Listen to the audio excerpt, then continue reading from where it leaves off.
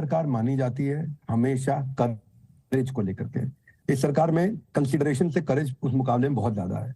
कांग्रेस से अगर आप देखेंगे ना तो ये सबको साथ लेंगे चलने के मामले में पॉपुलर है, लेकिन बीजेपी को देखेंगे तो वो तेज चलने के मामले में बहुत पॉपुलर है। इलेक्शन हो रहा है, नहीं हो रहा है, हार रहे हैं, जीत रहे हैं, ये बड़ी बड़ी इन्वेस्टमेंट करने के लिए माने जाते हैं। 2000 का नोट डिमोनेटाइज हो रहा है, नहीं हो रहा है। 2000 का नोट डिमोनेटाइज नहीं हो रहा है, इसको अभी तो इस्तेमाल कर सकते हैं, 30 सितंबर तक आराम से इस्तेमाल कर सकते हैं। लास्ट डेट ऑफ एक्सचेंज 30 सितंबर है आपकी। कहाँ पे कर सकते हो? सारे बैंक में, आरबीआई के रीजनल सेंटर्स में कर सकते हो।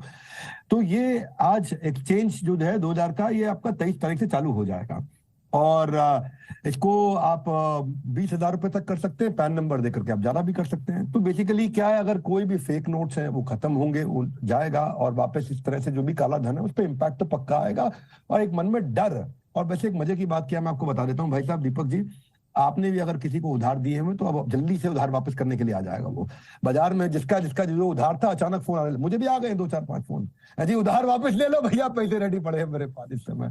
तो आरबीआई वैसे एक्सपेक्ट कर रहा है कि 4 महीने में काफी है, 4 महीने के अंदर ये सारे सर्कुलेशन को आप रिटर्न कर सकते हैं और इससे काफी इंपैक्ट पड़ेगा। आज बड़ा बिजनेस कंपनी का मैं फाउंडर सीईओ हूं, हम सारी ट्रांजैक्शन डिजिटल कर रहे हैं। डिजिटल इंडिया को बढ़ाने के लिए ये एक इनिशिएटिव जिसका स्वागत करना चाहिए। पॉलिटिकल चर्चा क्या है, मैं जरा उससे बाहर हूं।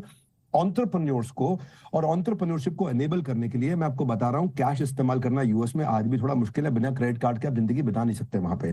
हमारे को अगर डिजिटलाइजेशन जिस तरह से बढ़ा है उसको बूस्ट करने में और मदद करेगा और इसका हमारे को भरपूर स्वागत करना चाहिए। आज मैं बड़ा बिजनेस का सीईओ हूं, हमारी हजारों लाखों करोड़ों की ट्रांजैक्शन होती है पर सारी डिजिटल होती है, 1 रुपया हम नहीं लेते किसी से, इसलिए हमको तकलीफ नहीं आती। इसी तरह से ये सरकार ऐसे और भी कई डिसीजन लेने वाली है जहां पे कच्चे के धंधे को आगे चल के तकलीफ आएगी ही आएगी, और कच्चे के धंधे में तकलीफ आ रही है तो ये किसी भी रिस्पॉन्सिबल लीडर को इस पर सवाल नहीं उठाना चाहिए। कच्चे के धंधे बंद कराने हैं, पक्के के धंधे बढ़ाने हैं, इससे थोड़ा झटका लगेगा। एक सवाल आपसे पूछ लेता हूं दीपक जी, आज मैं थोड़ा आपका इंटरव्यू ले लेता हूं। स्पीड ब्रेकर क्यों होता है, या गाड़ी में ब्रेक क्यों लगाई जाती है? मालूम आपको ब्रेक क्यों होती है गाड़ी में?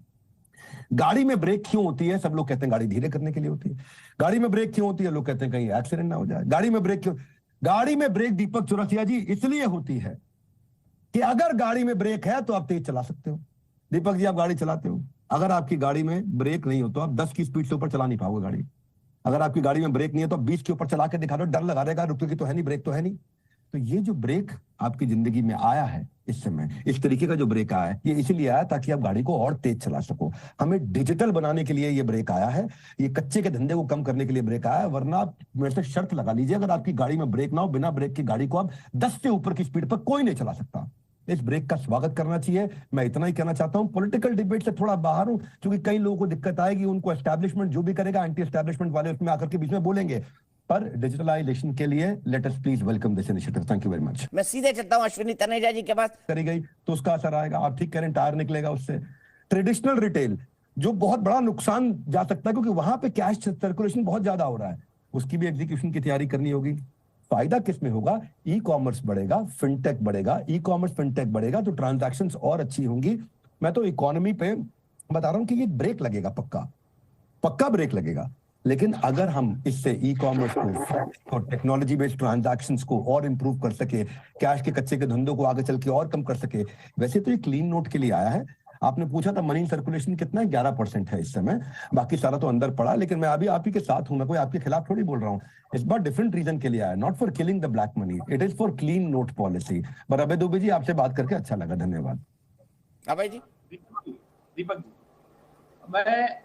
मैं एक बात नहीं, मैं अनादर नहीं करना चाहता। विवेक बिंद्रा जी बहुत अच्छे व्यक्ति हैं, यूट्यूब पर मैंने काफी सुना भी है, मैं किसी का अनादर नहीं करना चाहता। इनकी इन्होंने जो हालत की वो देखिए, 25,000 रुपए हेक्टेयर इनपुट कॉस्ट बढ़ा दी खेती की किसानों को।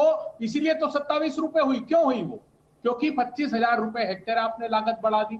आज स्थिति ये है, centre for monitoring Indian economy की रिपोर्ट पढ़िए, आपकी जो अनएम्प्लॉयमेंट रेट है वो हाईएस्ट हो गया आजाद भारत के इतिहास का। क्यों हुआ ऐसा? क्योंकि आपने एमएसएमई जो बैकबोन थी वो तोड़ दी नोटबंदी से। ये सारे नोटबंदी के साइड इफेक्ट्स हैं जो आज तक आ रहे हैं। आप कोविड के पीछे छुपते, कोविड के पीछे लगातार 8 क्वार्टर से हमारी जीडीपी निचले स्तर पर जा रही थी। ये जितनी रिपोर्ट्स का हवाला दे रहा हूं ये कोविड क्राइसिस के पहले की है, कोविड के बाद तो ऑक्सफैम ने बताई है। ठीक है, विवेक बिंद्रा जी के पास चलते हैं। विवेक जी बताइए मुझे, अब मुझे बताइए कि अभय जी ने इतनी बात कही, मैं अभय जी का सवाल नहीं पूछ रहा हूँ, बिल्कुल नहीं पूछ रहा हूं, मैं आपसे पूछ रहा हूं क्या भारत की इकोनॉमी इतनी खराब है, क्या भारत में जीएसटी बिल्कुल खराब ढंग से लाई गई है, या आरबीआई कह रहा है, क्या भारत की फाइनेंशियल हालत इतनी खराब है कि हम अपने लोगों को 2 टाइम का खाना नहीं दे पा रहे हैं? और बीजेपी कांग्रेस ये भी नैरेटिव, जिस देश में 80 करोड़ लोगों को 5 किलो अनाज देना पड़े, उस देश की तो हालत कितनी खराब है दुनिया में, लोगों को समझ आएगा?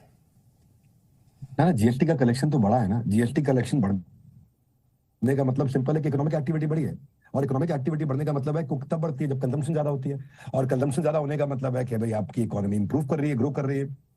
प्रॉब्लम क्या है, ये जो 2000 का नोट है ना, इसको आसानी से ट्रांसपोर्ट किया जा सकता है बड़े अमाउंट के अंदर, इसलिए ये इलीगल एक्टिविटी को बहुत आसानी से प्रमोट कर देता है।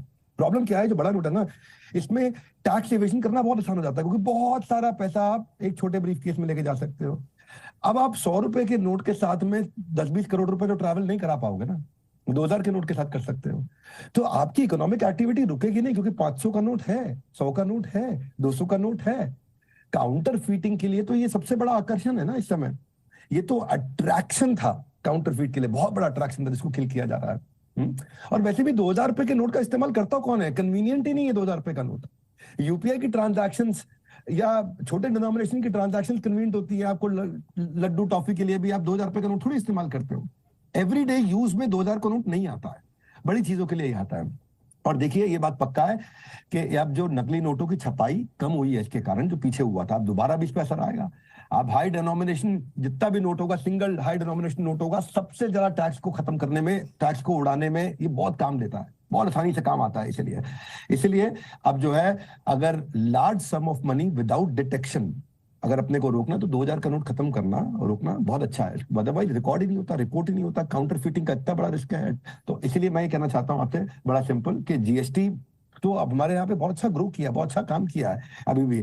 तो अब मैं आपसे यही कहूंगा कि इसको प्लीज मेरे मुद्दे को पॉलिटिकल मत लीजिए। मुझे लगता है कि ये आपको बहुत अच्छे से मदद कर रहा है।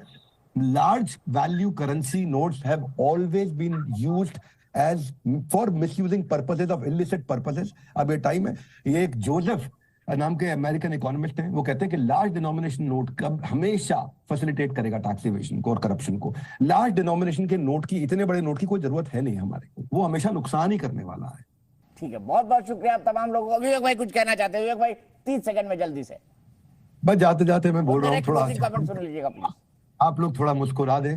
अब अगर रेड लाइट पर जंप मारोगे और पुलिस वाला रोक ले और आप 2000 का नोट दोगे, तो बोलेगा भाई साहब 100 का ही दे दो, कोई दिक्कत नहीं है। तो मैं ये कहना चाहता हूँ आपसे कि अब 2000 का नोट खत्म होगा तो चोर भी कम से कम 2000 बार सोचेगा आपके घर पे आने के लिए। और ये पक्का है कि बीवियों की बचत की कमाई जो है, आटे के चावल के डब्बे में छुपी थी, निकल आएगी। ये पता नहीं भी काला धन मिलेगा नहीं मिलेगा, औरतों का घर पे खजाना जरूर मिल जाएगा। मैं चाहता था जाने से पहले थोड़ा सब